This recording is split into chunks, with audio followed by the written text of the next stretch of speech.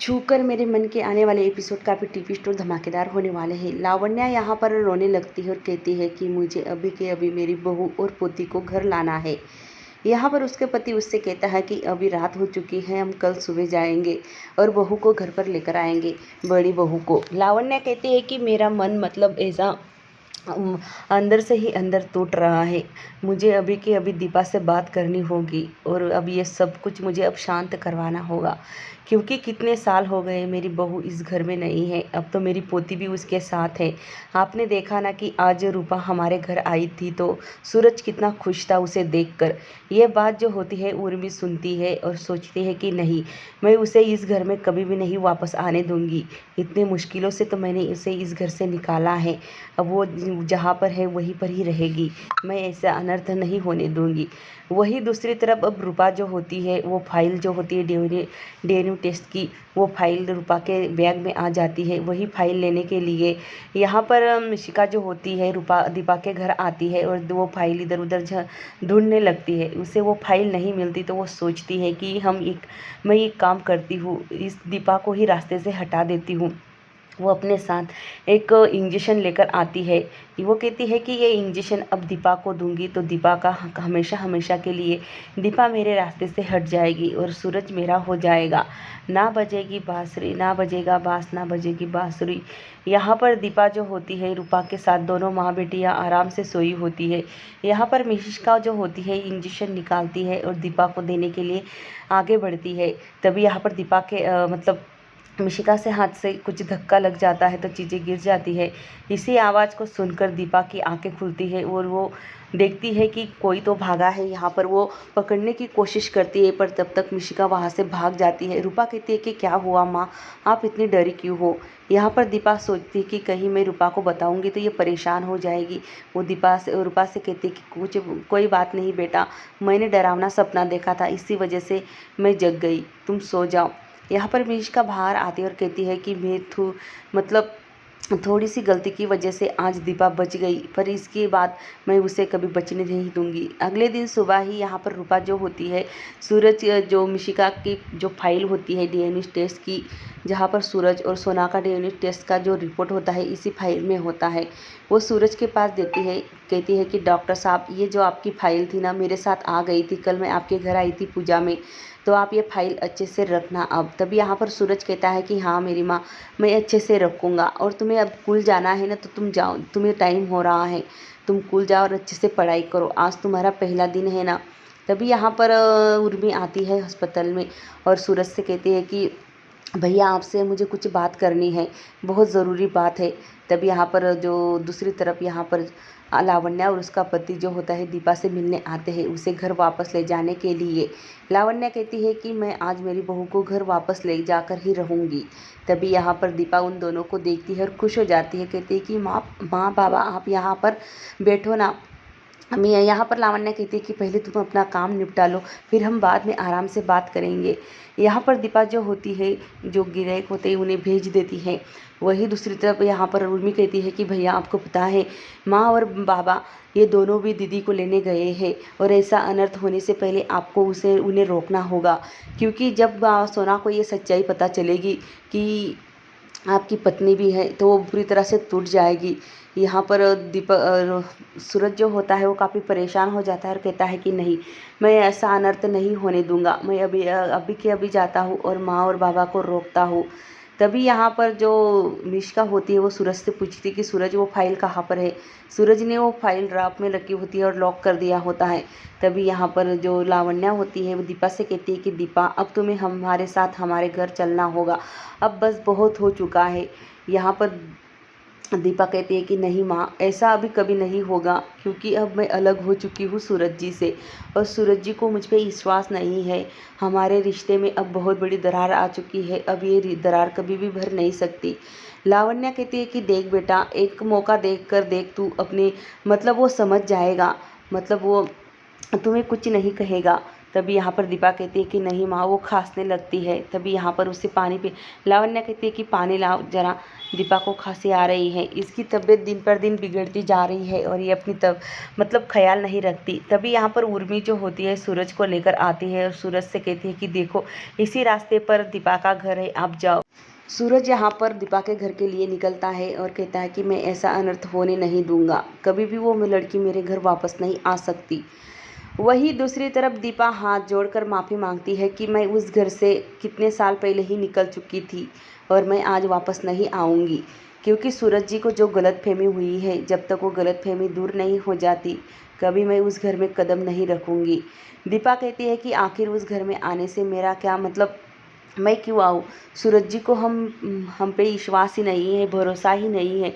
वो सारा भरोसा विश्वास तोड़ चुके हैं और हमारे रिश्ते में अब बहुत बड़ी दरार आ चुकी है। वो दरार भरना नामुमकिन है माँ, आप चले जाओ यहाँ से। मैं मतलब आपको दुखी नहीं करना चाहती। तभी यहाँ पर दीपा कहती है कि अब उनके तो अपना परिवार बसा लिया है, मिशिका और सूरज की शादी हो चुकी है, तो मैं वापस किस हक से आऊँ उस घर में। तभी यहाँ पर लावण्या उससे पूछती कि तूने क्या कहा, फिर से बोल। तभी यहाँ पर लावण्या बताने ही जा रही थी कि सूरज और मिशिका, तब तक यहाँ पर सूरज आवाज़ देता है और कहता है कि रुको माँ, और इसे बताने की और इसे समझाने की कोई ज़रूरत नहीं है। मैं अपने मतलब अपने परिवार को लेकर काफ़ी खुश हूँ और बहुत खुश हूँ। इस जैसी औरत लालची, घमंडी और पैसों के लिए ये कुछ भी कर लेंगी, तुम्हें पता नहीं है माँ, एक चरित्रहीन है। सूरज ऐसे घिनौने घिनौने शब्द बोलता है दीपा को कि दीपा की रूह काँप जाती है। दीपा कहती है कि बस करो सूरज, तुम कितनी बार मेरी बेइज्जती करोगे, जब आते हो तब मेरी बेइज्जती करके चले जाते हो। यहाँ पर लावण्या और उसके बाबा उसे समझाने की कोशिश करते हैं कि सूरज तू मतलब कोई गलत कदम मत उठा, ऐसी बुरे बुरे शब्द दीपा के लिए तो मत कहो। सूरज कहता है कि हाँ, मैं जानता हूँ कि तुम कितनी लालची हो अपने फ़ायदे के लिए, और तुम्हारा वो पति कहाँ पर है, निकालो उसे घर से बाहर। तुम तो अपने पति और बच्ची के साथ तो खुश हो ना, फिर क्यों बार बार मेरे जीवन में दखल देने के लिए आ जाती हो। और हाँ, हुई है मेरी और मिशिका की शादी, अब तुम्हें क्या दिक्कत है, हम मेरे परिवार के साथ बहुत खुश हूँ, अब तुम्हें लौटने की कोई ज़रूरत नहीं है। दीपा यहाँ पर एकदम से चुपचाप हो जाती है जब सूरज उस पर घिनौने इल्ज़ाम लगाता है, कहता है कि तुम्हारे पति के साथ तो तुम बहुत खुश हो ना, अब कहाँ पर चुपके बैठा है वो, कितने सालों से तुम उसके साथ रह रही हो, क्या वो घर में है? यहाँ पर दीपा जो होती है वो रोने लगती है, उसके सवालों का कोई भी जवाब नहीं देती है, बल्कि वो चुपचाप खड़ी होकर ये सारी बातें जो सूरज उसके लिए कह रहा है वो सुनती जाती है। दीपा यहाँ पर कोई भी मतलब कहने के मतलब उसे एकदम से पूरा हिला दिया है सूरज ने। उसे वो कहता है कि तू चरित्रहीन है, तू कभी अपने पति की हो नहीं सकी, और अपनी बच्ची और पति पर तो ध्यान दे, अभी अपना परिवार तो छोड़कर दूसरे आदमी के साथ रहती है। कहाँ पर है वो तुम्हारा पति, क्या तुम्हें वो भी छोड़कर चला गया? लावण्या कहती है कि सूरज तुम ऐसी बातें क्यों कर रहे हो, तुम्हें समझना चाहिए, अब तुम्हें अपना रिश्ता सुधारना चाहिए। सूरज कहता है कि देखो माँ, कभी भी मैं इस औरत के साथ नहीं रह सकता, ये मेरे लिए मर चुकी है और ये कितने सालों से मुझे छोड़कर चली गई थी और आज क्यों वापस आई है। मैं मेरी बेटी के साथ खुश हूँ और खुश रह लूँगा। तभी यहाँ पर सूरज अपना आपा खो बैठता है और इधर उधर की चीज़ें वो फेंकने लगता है।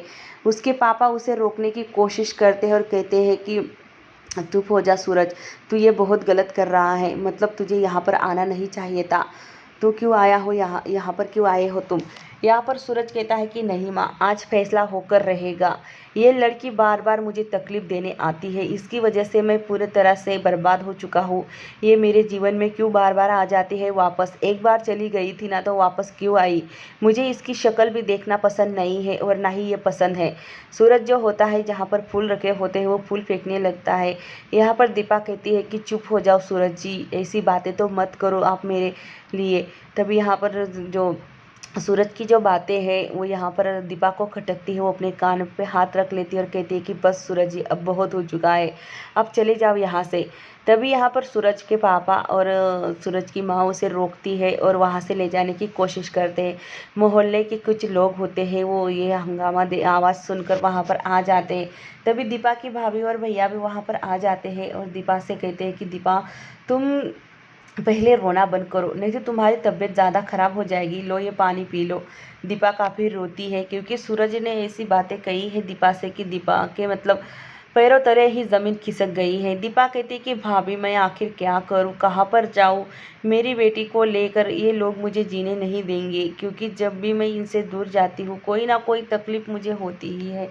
यहाँ पर उर्मी जो होती है पेड़ के पीछे पीछे ये सब कुछ देख रही होती है। उसके पापा उसे समझाते हैं कि सूरज, तुमने वहाँ पर आकर बहुत बड़ी गलती कर दी। मतलब दीपा को ऐसी बातें कहकर तुमने दीपा का अपमान किया है। वो चरित्रहीन नहीं है बल्कि वो सच्ची है। सूरज कहता है कि नहीं पापा, अब मुझे उससे कोई लेना देना नहीं है और ना ही वो मेरी कोई लगती है। कितने सालों से हमारा रिश्ता टूट चुका है। यहाँ पर दीपा उसकी माँ कहती है, लावण्या कहती है कि सूरज देख मेरी बहू है, वो मेरे साथ घर आना, मैं उसे घर लेकर आऊँगी ही। सूरज कहता है कि माँ आपने जब ये फैसला ले लिया है तो मैं मेरा भी फैसला सुन लो। अगर दीपा उस घर में वापस आई तो मैं इस घर को छोड़कर चले जाऊंगा हमेशा हमेशा के लिए, वो भी सोना को लेकर। मेरी बेटी और मैं कहीं भी रह लूँगा, हमारा मतलब गुजारा कहीं भी हो जाएगा, पर मैं उस घर में कभी वापस नहीं आऊँगा। आपसे हमेशा के लिए दूर चला जाऊँगा। लावण्या देखती है कि ये ऐसी बातें क्यों कर रहा है। वही दूसरी तरफ दीपा जो होती है अपनी भाभी से कहती कि भाभी अब मैं इस शहर को हमेशा हमेशा के लिए छोड़ दूँगी। मुझे मेरी बेटी को लेकर कहीं दूर चले जाना चाहिए। मुझे वापस नहीं आना चाहिए था इस शहर में, क्योंकि इस शहर ने मुझे जो तकलीफ़ दी है, जो दुख दिए हैं, मैं वो कभी भुला नहीं सकती। अब हमारे बीच में कोई रिश्ता नहीं है और ना ही कोई संबंध है, तो मुझे ऐसा लगता है कि मुझे चले जाने चाहिए। उसकी भाभी कहती है कि दीपा तुम इतना टेंशन मत लो, खाना खा लो। तभी दीपा को याद आता है कि बच्चियों को भी मुझे टिफ़िन देना है, सो स्कूल गई है, नहीं तो वो भूखी रह जाएगी। भाभी मैं बाद में खाना खा लूँगी, पहले मुझे बच्चियों के लिए खाना लेकर जाना चाहिए। दीपा जो होती है वो सोना के लिए और रूपा के लिए, दोनों के लिए खाना पैकिंग करके घर से लाती है। तभी रूपा सोना से कहती है कि तुम खाना क्यों नहीं खा रही हो? तभी सोना कहती है कि मेरी फुल माँ आएगी ना तभी मैं खाना खाऊंगी, क्योंकि वो प्यार से मुझे अपने हाथ से खाना खिलाती है ना, तो बड़ा अच्छा लगता है। तब दीपा आती है और सोना और रूपा से कहती है कि तुम दोनों भी यहाँ पर आओ और मेरे हाथ से खाना खा लो। तभी यहाँ पर रूपा कहती है कि आप इसे खाना क्यों खिला रही हो, आप ये आपकी लगती कौन है? तभी दीपा कहती है कि ये तुम्हारी बहन जैसी है ना, तो चलो खाना खा लो और ज़्यादा बातें मत करो। तभी रूपा कहती है कि मुझे और कहीं बैठकर खाना है, आपके साथ में ही बैठकर खाती हूँ। तभी यहाँ पर दीपा उसे समझाती है और कहती है कि तुम भी तो मेरी बेटी हो और ये भी तो मेरी बेटी जैसी है ना, तो चलो ज़्यादा मतलब